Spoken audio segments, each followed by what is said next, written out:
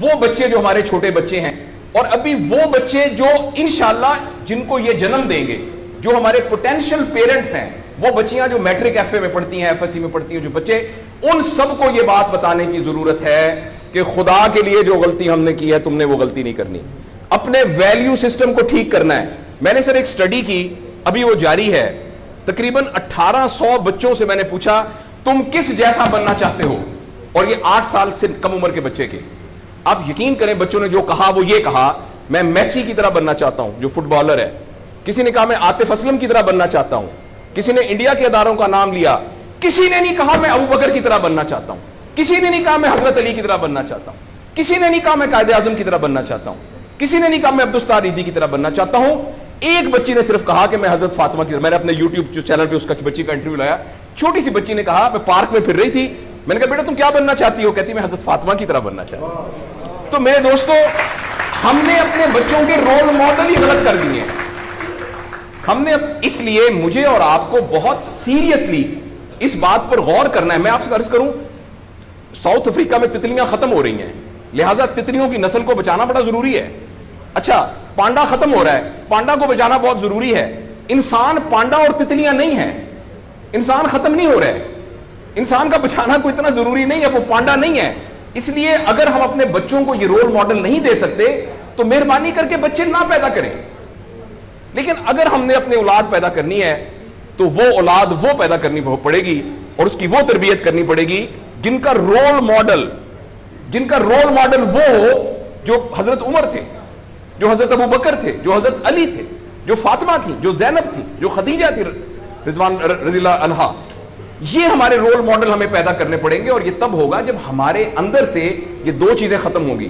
Number 1, ہم پیسے کی بنیاد پر اپنے آپ کو بڑا نہ سمجھیں, اور دوسرا یہ کہ ہم فرد کو فرد کے لیے تیار نہ کریں, فرد کو معاشرے کے لیے تیار کریں. میرا بیٹا تو 1100 میں سے 1100 نمبر لے کے ڈاکٹر بن کے ایک جگہ پر اسسٹنٹ پروفیسر لگا ہوا ہے, معاشرے کو کیا فائدہ ہوا ہے؟ اور ہم میں سے آپ سوچیں کہ اللہ لوگ, عموماً ہم سب لوگ جب اللہ کا شکر ادا کرتے ہیں کہ یا اللہ تیرا شکر ہے, 3 مرلے کے مکان میں رہتے تھے, اب ماشاءاللہ کوٹھی ہے 2 کنال کے اندر, اور سائیکل پہ ابا جی جاتے ہوتے تھے, لیکن الحمدللہ ہمارے پاس اب 2-3 گاڑیاں ہیں, اور چھٹیاں تو سوال ہی پوادے کر جاندے ہوندے سی, کدے کدے گوڑ کھاندے سی, خراس تھے. اب ہم سارے بھوربن میں جاتے ہیں چھٹیاں گزارنے, کبھی کبھی انگلینڈ بھی جاتے ہیں. اللہ کا ہمارے اوپر بڑا کرم ہو گیا. اس غلط فہمی سے ہم اپنے آپ کو نکالیں. اللہ کا کرم یہ ہے کہ میری وجہ سے, جیسے انہوں نے ویڈیو دکھائی ہے کہ ہمارے یہاں کوئی بلڈ کا کچھ نہیں ہوتا تھا, شکر ہے میری وجہ سے یہ بلڈ والا کام شروع ہو گیا. میں ڈاکٹر ہوں, یہ والی سروس یہاں موجود نہیں تھی, اللہ کا شکر ہے کہ یہ والی سروس اب یہاں موجود ہو گئی ہے. اللہ کا شکر ہے یہ ہو رہا ہے. سروس اورینٹڈ جب تک ہم اپنے بچوں کو نہیں ڈیولپ کریں گے, اس وقت تک میں آپ کو بہت دکھ سے اعلان کرتا ہوں, بڑی ہی تکلیف کے ساتھ, میں بہت آپٹمسٹ آدمی ہوں, میں یونیورسٹیوں میں جاتا ہوں, کالج میں جاتا ہوں, بچوں سے بات کرتا ہوں, اگر ہم نے اگلے فوری طور پر اپنے بچوں کی تربیت پہ توجہ نہ دی, اگلے 10 سال میں ایک ایسی نسل آنے والی ہے جن کو چائلڈہڈ ڈپریشن ہوگی, جن کو سوئسائڈل تھاٹس آئیں گے, جن کی سیکسول ٹریننگ بہت بری ہوگی, اور جن کے اندر ریلیشن شپ پرابلمز ہوں گے. اور یہ ہونے والا ہے, ہماری آنکھوں کے سامنے ہونے والا ہے. اگر آپ کے ہاتھ میں ایک موبائل ہے, آپ ابھی اپنا موبائل کھول کے فیس بک کھولے, جو پہلی 1.5 منٹ کی ویڈیو آئے گی اس میں ایک نیم برہنہ عورت ناچ رہی ہوگی.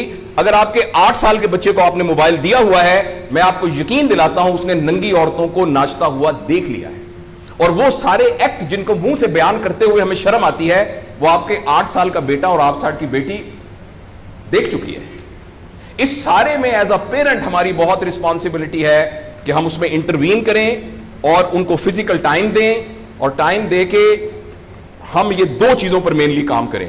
تو انشاءاللہ العزیز ہمیں امید ہے کہ معاشرہ بچ جائے گا.